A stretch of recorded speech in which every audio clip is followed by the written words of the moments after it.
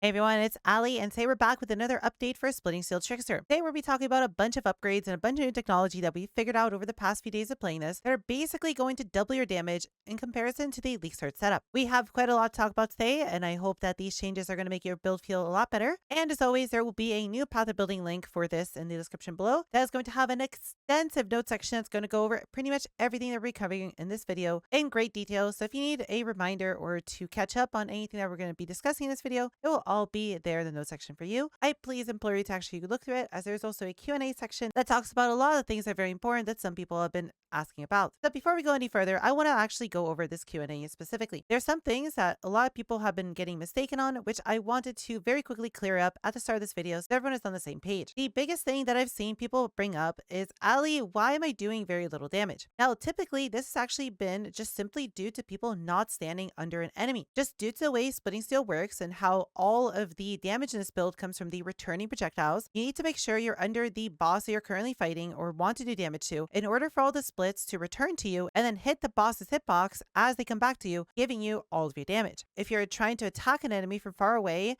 and you're just staying half a screen away, the majority of your splits are not going to hit the boss, meaning you're basically doing somewhere around 60 to 80% less damage. The other thing to mention here is that some people have been having mana issues. Now, this is partially due to my own fault, as in the mid-game tree that came with the original path of building, I did remove the mana mastery, which gave a 12% increased reservation, which is actually really needed to have enough mana to make the build feel good. Another thing that I've been seeing some people do is that they've been leveling their precision way too high. We only want to level our precision all the way up until we have enough hit chance to be at 100% hit chance. Everything past that is technically a DPS loss due to you gaining more crit chance, making your voice of storms weaker. Either make sure you pick up the mana reservation mastery again, or make sure that your precision is not too high of a level to make your mana pool not be big enough. The goal that you're trying to go for here is around 3 to 4 times your Splitting Steel mana cost as unreserved mana to make sure that your leech pretty much takes care of any issues you might have. Now, those two questions out of the way, why don't we talk about all the changes that we're going to be making to this build and how we're going to basically double the DPS of the build. So as you can see here, we are going with a pretty much completely new passage tree. Prior, we were going all the way over here to the left and pick up Elemental Overload and pick up Sovereignty and picking up some of the other nodes in here. And that was great for a Elite Start setup.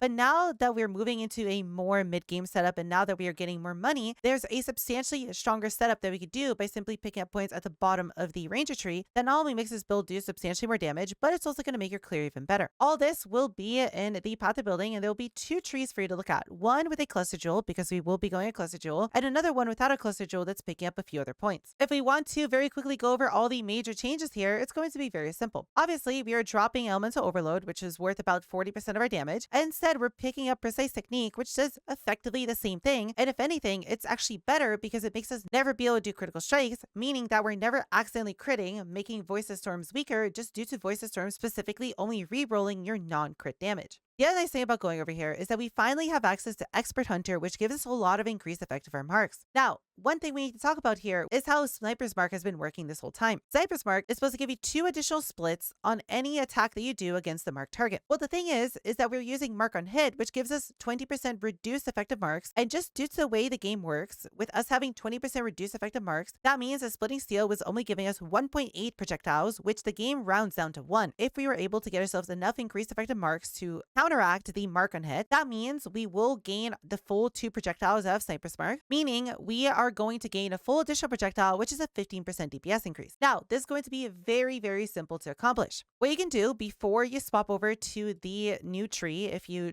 do not have the regets for it, is to simply just add in 4 tattoos of the Thessalio Scout onto your passive tree. Now, these are going to give you 4% increased mark effect each, meaning you'll get 16% total mark effect. And then when you combine that with a 20/20 mark on hit, which is going to have 16% reduced effective marks, that is going to mean that you have a total of 0%, completely counteracting the negative part of mark on hit and giving you your 2 projectiles back. Now, once you do swap over to the other version of the tree, we are actually going to be able to go even further. Because Expert Hunter is going to give us 32% increased mark effect by itself, what we can do is we can then combine this with a few mark effect tattoos to not only push past the less mark effect that mark on hit was giving us, but to then push all the way up to 50% increased mark effect, giving us a whole additional projectile on top of what we already had. Now, there's 2 ways to do this. One, you can either get yourself a lot of Tesalio tattoos, or two, you can finally swap over to an Assyria's Reflection. We are no longer going to be dual wielding this build, and the whole dual wielding ephemeral edge portion of this build was simply just a min-max that we could have done at an early level until we were able to get ourselves a better shield. Assyria's Reflection was literally made for this build. Not only does it give us intelligence, evasion rating, and ES, which are amazing stats for us, giving us a lot of damage, but it's going to give us a lot of Ellie all res, meaning it's easier to res cap, and it's going to give us up to 20% increased effect of curses, which is just mark effect, meaning you could simply just get a Assyria's Reflection to completely counteract the mark on hits, and with the increased effect of curses on it, we can push to 50% easier. This means with an Assyria's Reflection and with Expert Hunter, you can get very close to 50%, meaning you only need a few additional tattoos. And what we can do at a very high budget level with 13 total Tesalio marks across all of our tree, and this doesn't matter where you put them, you can put them on any dexterity node, but with 13 of these all over our path tree, we can actually end up hitting 100% increased effective marks in Path of Building, which you can very easily check by going to calcs, selecting your Sniper's Mark and looking at the curse effect mod on it, meaning that Sniper's Mark is going to go from the 1 additional projectile that we had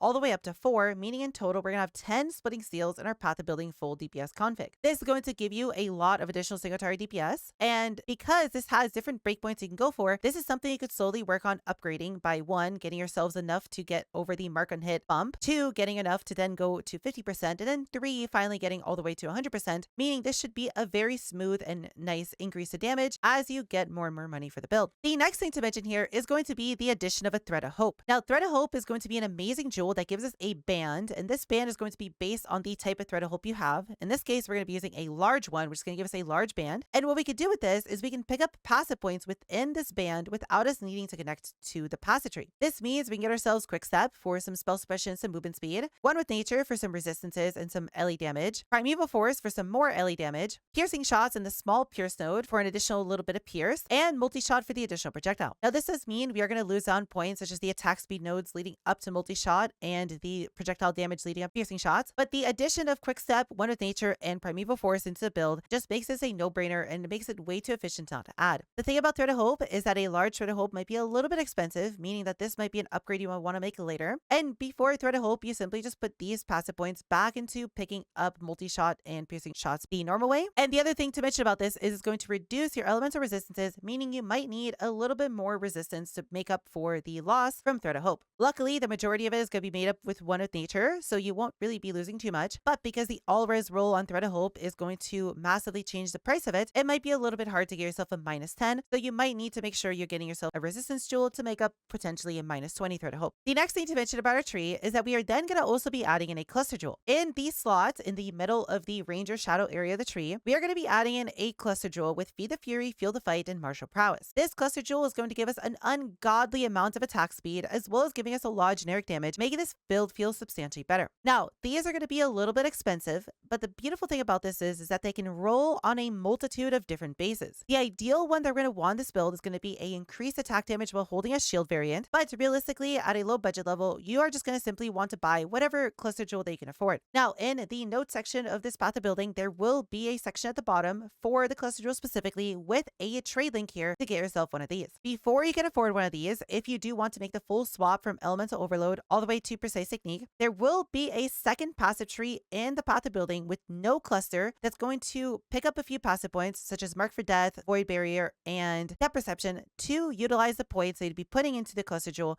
before you actually get yourself a cluster jewel. Now, moving on next, let's talk about some of the gear changes that we're going to be making in this build. So the first thing that we should talk about is going to be a new chest plate. Because of the changes to our tree and because we're now picking up Entrench on the passive tree, we don't need as much spell suppression as before, meaning 1, we don't need a spell suppression craft on our helmet, and 2, we do not need a spell suppression roll on our status garb as much as we did before. This means that we can then look for a better status garb that just has a very high percent and flat evasion and ES rolls on it, as well as potentially a little bit of resistances or a intelligence roll if we need one. The only thing we need to keep in mind here is that we are going to need to specifically get ourselves a open suffix to be able to craft a 10% chance to spell suppress roll onto onto the chestplate, which is then going to be paired up with a singular tattoo of the Ramako Shaman on our passive tree to get the final 2% spell suppression that we need. Our spell suppression cap is going to be very simple to figure out now. 1, we're going to be picking up Entrench, which is going to give us a lot of additional spell suppression. 2, we're going to still be keeping Inveterate as we have before. 3, we're still going to be using Instinct for another very large amount of spell suppression. And then finally 4, we are going to get ourselves 1 tattoo of the Ramako Shaman and the 10% spell suppression roll on our chestplate. In the notes section for this path of building, there will be a section on the chestplate with a trade link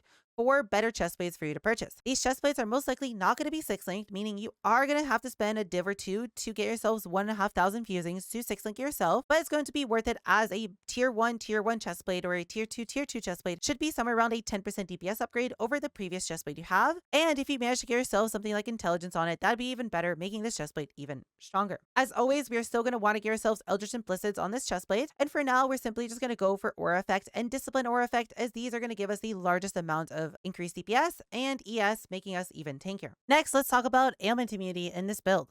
So previously, we were going to get ourselves a shield roll along with a shield mastery and an ancestral vision to be able to get ourselves 100% chance to avoid elemental ailments. Well, we are now going to be changing that because 1, we want to include its series reflection to our build, and 2, there's simply just a better way of doing it that's going to be a little bit more expensive, but in the long term is going to give us a stronger overall build. What we're going to want to include our build is going to be a new pair of boots. Now, there will be a whole crafting guide in the notes section on how to make these boots if you want to make them yourself, but these boots are simply just going to be a double ailment avoid pair of boots with ailment avoidance on the implicit and on the suffix. And because we're crafting a new pair of boots, we are going to instead be getting ourselves a pair of sorcerer boots with a resistance, which is going to be very simple to get, and intelligence, giving us a lot more ES. This pair of boots should cost you maybe around 5 div or so to make, and it shouldn't be too expensive. It just depends on how good of a pair of boots you're trying to hit. The only thing to mention about these is that you are going to need to make sure you divine the avoid elemental ailment essence roll to 27% or higher. We're getting 50% from ancestral vision, and then we're going to be getting 50% from these boots with a grand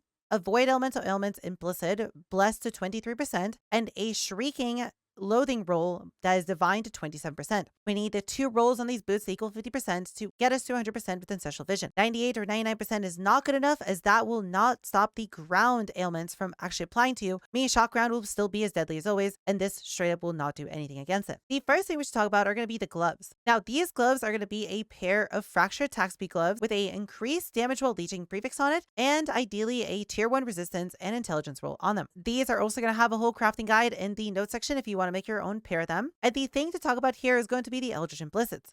Until you get yourself a level 5 Awakened Lightning Penetration gem, you're going to need to keep the Eater implicit on them as lightning exposure. Level 5 Awakened Lightning Penetration will give you lightning exposure by default, meaning you can then change the implicit on this from lightning exposure over to Mark Effect. Now, you do not need Mark Effect on this until you are ready to push for the 100% increased effective Mark's breakpoints to get a 4th split from Sniper's Mark. So you have a very long time to actually change these, and you have a very long time to get yourself a level 5 Awakened Lightning Penetration. So please do keep that in mind, and please do not get rid of the lightning exposure roll on these, as that is a very large total portion of your damage, and you will massively be reducing your damage if you get rid of that too early. Now, the final thing to mention here is going to be the changes we're going to have to make to our mana reservation. Because we're not going over to the left side of the tree anymore, we are not going to be getting sovereignty. This means we're losing quite a lot of mana reservation efficiency, which is going to make it substantially harder to fit the rest of our auras in. To counteract this, we now need to anoint our Voice of Storms with sovereignty, which is going to give us the majority of the mana reservation efficiency back. But we're also going to most likely need to run a double mana reservation efficiency jewel on top of it. This means we're going to need a jewel with mana reservation efficiency of skills as a prefix and reservation efficiency of skills as a corrupted modifier. These are reasonably cheap, and they're only going to cost somewhere around 50 to 100 chaos. You should be able to find yourself a pretty half decent one with 1 or 2 useful stats on it as well. This should put you at somewhere around 120 to 130 mana, which in my opinion is the bare minimum to make this build feel non-clunky, just due to you needing somewhere around 3 to 4 times more mana unreserved than your splitting seal is going to cost, not run into any sort of mana issues. Now, before you get yourself a cluster jewel to have enough jewel sockets for all this, you might be running into some issues where you can't actually fit in all these jewels. What you're most likely going to have to do is drop your Watcher's Eye until you get yourself a cluster jewel, and to potentially also just drop the Thread of Hope to be able to fit in both a Corrupting Blood and an RMR jewel at the same time. And because of this, I would recommend for you to try and find yourself a cluster jewel as fast as you can, as those additional jewel sockets are going to really matter. If you have any questions on any of this cuties, feel free to leave a comment in the comments below, and I'd be more than happy to help you as soon as I can. And I also stream on Twitch every single day day, so feel free to come by Twitch and ask me any questions you have there. If you also just simply want to come by Twitch and hang out with all the kitties, I'd be more than happy to see you there as well. And if you want to have a first glance at all the new theory crafting and all the new